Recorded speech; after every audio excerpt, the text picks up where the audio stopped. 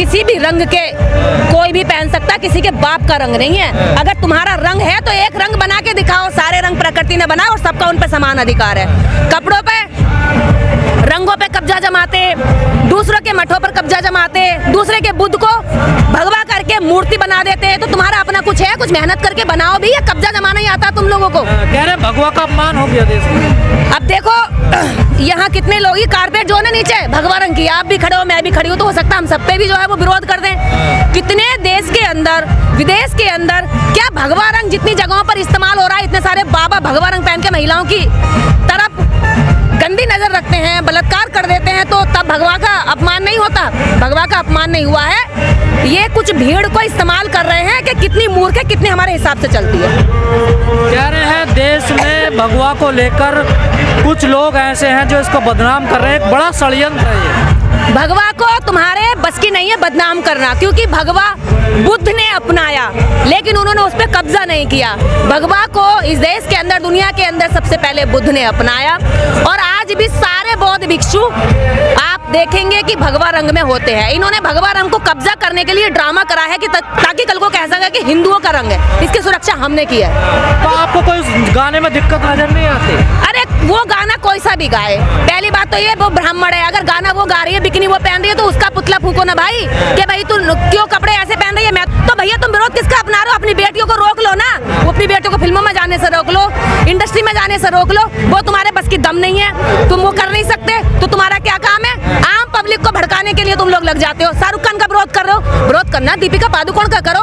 अगर तुम्हें शाहरुख खान के नंगेपन से विरोध हो तो शाहरुख खान का करो, लेकिन दीपिका ने वो बिकनी पहनी है, उससे भी छोटी बिकनी कंगना रनावत पहन के घूमती है, तो उससे कुछ नहीं संस्कृति वो होती। तुम्हारी संस्कृति ऊंचाई पर चढ़ती है, वो तुम्हारे धर्म को बचाती है। तो दीपिका पादुकोण भारत की बेटी नहीं है, हम भारत की बेटी नहीं है, आप भारत की बेटी नहीं। हमारे लिए कितने लोग बोलते हैं टुकड़े टुकड़े गैंग बोला जाता है ना दीपिका को। टुकड़े टुकड़े गैंग तो ये है जो देश के टुकड़े टुकड़े कर रहे हैं, जो आम जनता के टुकड़े टुकड़े कर रहे हैं, धर्मों के टुकड़े कर रहे हैं, रंगों के टुकड़े कर रहे हैं, इंसानियत के टुकड़े कर रहे हैं, महिला महिला में टुकड़े कर रहे हैं, महापुरुषों की विचारधारा में टुकड़े कर रहे हैं। टुकड़ा टुकड़ा गैंग ये है जो टुकड़ा टुकड़ा गैंग कहते हैं। उसको हटाने के लिए ही ये कार्यक्रम चल रहे हैं। गांव-गांव में हम लोग टीम खड़ी कर रहे हैं। देश के अंदर अभी हम लगभग हजारों की संख्या में महिला कार्यकर्ता तैयार करेंगे, और महिलाओं के जरिए महिलाओं में जाकर के पाखंड और अंधविश्वास को खत्म करके उनको वैज्ञानिक तर्कवाद की ओर लेकर आएंगे। आप लोगों को क्यों भड़काते हैं? कौन भड़क रहा है मेरे कहने से? मेरे कहने से देश एकजुट हो रहा है। मेरी आवाज से महिलाओं के कानों में उनकी आजादी के स्वर जा रहे हैं। मेरी आवाज से देश के युवा इकट्ठे हो रहे हैं। मेरी आवाज से इस देश के हुक्मरान जो बैठे हुए हैं सत्ता पर कब्जा करके, कुछ परसेंट लोग, उनके कानों में तेजाब डल रहा है। वो मुझसे नाराज जरूर हो सकते हैं जो हराम का खाना चाहते हैं। मेहनत करके खाने वाला एक एक व्यक्ति मेरे साथ है, और देश की 130 करोड़ आबादी में, 130 करोड़ आबादी में कुछ चंद मुट्ठी भर लोग, चुटकी भर लोग गाय चराने वाली है। इस तरह के कितने घटिया कमेंटों के साथ मुझे वो किया जाता है, तो क्या मैं डर जाऊं? इसीलिए तो कहा कि जातिगत सूचक शब्दों से बोलेंगे तो मेरी हिम्मत टूट जाएगी, मेरा हौसला कमजोर हो जाएगा। लेकिन कान खोल के सुन लो, निर्देश के शरीर नहीं है, किसी की आस्था को गाली देना भी ठीक नहीं है ना। कौन सी आस्था? अगर आस्था किसी आदमी को सताने में है तो आवाज नहीं उठाएगा। अगर तुम्हारी आस्था किसी के हक अधिकार खाने में है तो क्या वो आवाज नहीं उठाएगा? आवाज उठाना तुम्हारी आस्था को ठेस पहुंचाता है। क्या हम इंसान नहीं है? क्या हमारे पूर्वज दादा परदादा मेहनत करके इस देश के अंदर श्रम करके नहीं गए, जो उनकी गिनती कहीं भी नहीं करते? विरोध करिए ना, आप तो देवी देवताओं को गाली देती है ना। हिंदू देवी देवताओं ने हमारे लिए कुछ करा नहीं, हमने कोई गाली नहीं दी। आज तक बताइए कौन सी गाली मैंने दी है? कौन सी गाली दी है? पत्रकार महोदय आप भी कमाल करते हैं, एक गाली बताइए। हाँ, एफआईआर हुई केवल इस बात, क्या तो गाली हो गई क्या? आप मेरे पति का नाम पूछ लो, मैं तो बुरा नहीं मानूंगी। आप मेरी एजुकेशन पूछ लो, मैं बुरा नहीं मानूंगी। आप मेरा पूरा पता पूछ लो। भावनाओं को भड़काती है ना। अरे पति और पिता का नाम पूछने में भावना कैसे हाथ हो गई? जो महिला पूरे देश की शिक्षा व्यवस्था पे विराजमान है, तो हम उसकी शिक्षा का स्तर नहीं पूछ सकते? अगर हम शिक्षित हुए हैं तो इसमें आस्था कहाँ गुलाम हो गई? हाँ, आस्था कहाँ आहत हो गई? लेकिन आपकी बातों से दूसरों को दिक्कत होती है। तो हमारे तो जन्म लेने से भी दिक्कत होती है भाई उनको। हमारे तो अच्छे कपड़े पहनने से दिक्कत होती है, बताओ ना पहने। हमारे जो है साफ सुथरा रहने से दिक्कत होती है, हमारे बालों में तेल डालने से दिक्कत होती है, जूता पहनने से दिक्कत होती है, क्योंकि नहीं लगता था कंकड़ पत्थर में नंगे पैर चले, ठंड में ठिठुरते रहे। अब हम कपड़े पहनते उनको, बताओ उनको तो एक एक बात से दिक्कत है, उनकी आस्था नहीं है। हमारा नंगा, हमारा मैला कुचैला रहना, गुलाम रहना, जी साहब कह के उनके काम करते रहना, इससे उनकी आस्था मजबूत होती है। वो तो हम नहीं कर सकते, वो किया। साहब आप लोग राष्ट्रपति बनने, मंत्री बनने, देखिए आप देखिए इस देश के अंदर राष्ट्रपति ने अभी तक आदिवासियों के मुद्दों पर देखते हैं कितना काम होता है। राष्ट्रपति क्या कहते हैं, दलित भी रहे, कितने काम हुए, कितने आतंकवादी इस देश के अंदर घटनाएं हुई, एससीओ को जिंदा जला दिया गया। तो क्या बोला राष्ट्रपति? बहुजन प्रधानमंत्री है, पिछड़े हैं मोदी जी। ये तो सब बेकार का ढोंग है। मोदी जी पिछड़े नहीं है, वो ऐसे नहीं खाता, मंदिरों में मेहनत भी तो करता है। आप ही जाते हैं ना, देखिए वो तो नहीं बुलाते आपको। अरे तो इसी बात से तो दिक्कत है उनको, क्योंकि हम मंदिर में जाने से उनको कहते हैं भाई मंदिर मत जाओ, स्कूल जाओ। तो वो कहते हैं तुम स्कूल क्यों भेजती हो, मंदिर भेजो। क्योंकि वो मंदिर जाएंगे तो प्रसाद चढ़ाएंगे, पैसा चढ़ाएंगे, दान देंगे, दक्षिण देंगे, कपड़े देंगे, मन्ने जी ने बुलाएंगे, बच्चों के जन्मदिन में बुलाएंगे। अब उनकी वो दुकानें बंद हो रही है, इसलिए हमसे नाराज हो रहे हैं। रास्ता दिखाते हैं ना वो, देखिए तो हम रास्ता दिखा रहे हैं, उनको बुरा लग रहा है, क्या करें बताओ। वो आपको दिखाते हैं रास्ता, वो स्वर्ग का रास्ता दिखाते हैं, ठीक है, और हम स्कूल का रास्ता दिखाते हैं। स्वर्ग ज्ञानी है वो, सर्वज्ञानी है। तभी तो उन्हें पता नहीं चलता कितनी बिल्डिंगें गिर गई, कितने भूकंप में लोग मर जाते हैं, जब बाढ़ आती है तब लोग मर जाते हैं। इन सर्वज्ञानी का ज्ञान कहाँ चला जाता है, इनके बच्चे मर जाते हैं, इनके घर में मौतें हो जाती है। क्यों नहीं बचाते उनको? अरे दर्द होता है जब तुम्हारा कोई जाता है, उनको बचाया करो ना, आगे वाली घटनाएं देख लिया करो क्या गलत होने वाला।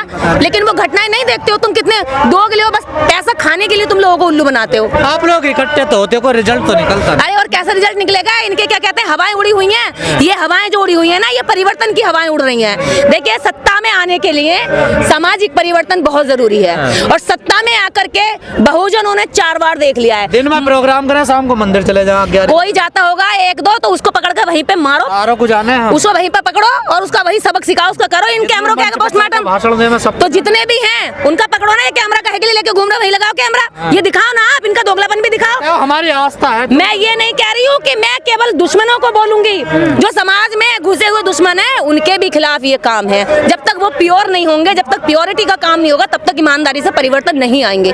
जो यहाँ मंच पर बोल रहा है, जो मंदिरों में जा रहा लेकर के कैमरा घुसा, मैं उसके घर जाऊंगी। ईमानदारी से नहीं चला रहे लोग। ईमानदारी से चलाएंगे तो रिजल्ट और जल्दी आएंगे, और जल्दी आएंगे। यानी बड़ी ईमानदारी से रिजल्ट चला रहे हैं, पर्ची कटवाओ जल्दी फटाफट।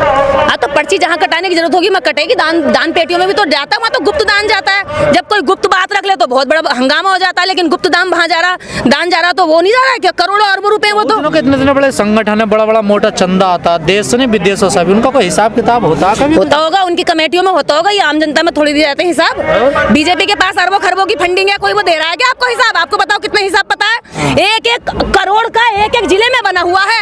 1-1 कार्यालय कहाँ से आया वो पैसा? 1-1 रैली में अरबों खरबों रुपया खर्च होता है, कुर्सियां खाली रहती है, कहाँ से लोगों के लिए सुविधा तो कर रहे हैं, आप लोग क्या कर रहे हैं? क्या करते हैं मंदिरों में? किसकी सुविधा मुझे बताओ जरा। अपने स्कूल भी बना रहे हैं। कौन से स्कूल बना रहे हैं? वो सरस्वती शिशु मंदिर। वो तो इसके हर कोने में इन लोगों के लिए बना रहे हैं। अपने बच्चे तो उनके इंग्लिश मीडियम में पढ़ते हैं, वो इनको मानसिक रूप से गुलाम बनाने के लिए, सरस्वती का भक्त बनाने के लिए, देवी देवताओं का भक्त बनाने के लिए इनके गाँव में खोल रहे हैं। क्यों नहीं खोलते स्कूल? कोई भी संगठन ने एक स्कूल नहीं खोला। तो ये बात इन संगठनों के लिए चुनौती है कि अपने स्कूल खोलो, एकेडमिक काम करो, अपने स्कूल खोलो ताकि अपनी विचारधारा पढ़ा सको, अपने लिए काम करो, अपने बच्चों के लिए काम करो। मैं तो यही कहती हूँ, देश के अंदर आज भी SC OBC में करोड़पति अरबपति लोग हो गए। अगर तुम्हारे अंदर अरबपति, मैं जानती हूँ ऐसे 1000 को तो लगभग जो करोड़पति हैं, अरबपति हैं मेरी नजर में 2-4, लेकिन एक में भी दम नहीं है कि वो हिम्मत कर सके इस देश के, अपने समाज के गरीब बच्चों के लिए स्कूल खोल दे। जिस दिन आप में हिम्मत आ जाएगी, उस दिन इस समाज का सच में भला होने लगेगा। मेरी अपील है आपसे हाथ जोड़ करके कि आप इस समाज को इस समय बहुत अच्छे तरीके से मजबूत कर सकते हैं। आपके पास पैसा है, एक समय पे पैसा नहीं हुआ करता था, आज पैसे की समस्या नहीं है। तो ये जितने भी पैसे वाले लोग हैं, आज कुछ बैठे, प्लान करें, समाज के लिए स्कूल खोले, समाज के लिए ट्रेनिंग सेंटर खोले, जहां युवाओं को ट्रेनिंग दी जाए, जहां युवाओं को मिशन सिखाया जाए, जहां महिलाओं को सिखाया जाए, जहां प्रशिक्षण दिया जाए। इस नोएडा में कम से कम कई लोग ऐसे हैं जो खरबपति है, लेकिन बहुजन समाज के पास कोई ऐसी जगह नहीं है जहाँ 4 आदमी बैठ जाएं। कोई ऐसा ऑफिस ऐसा कुछ नहीं है इनके पास बना हुआ। तो ये इनके लिए ये शर्म की बात है। ये शर्म की बात है कि तुमने पैसा इकट्ठा करके अपने लिए बिल्डिंग तो बना ली जिसमें केवल तुम्हारे 2-4 बच्चे रहेंगे, और तुम्हारे मरने के बाद तुम्हारी तस्वीरें भी ना चिपकाई जाएंगी, फाड़ के फोटो फेंक दिया जाएगा। लेकिन समाज के लिए करोगे तो नाम लिया जाएगा।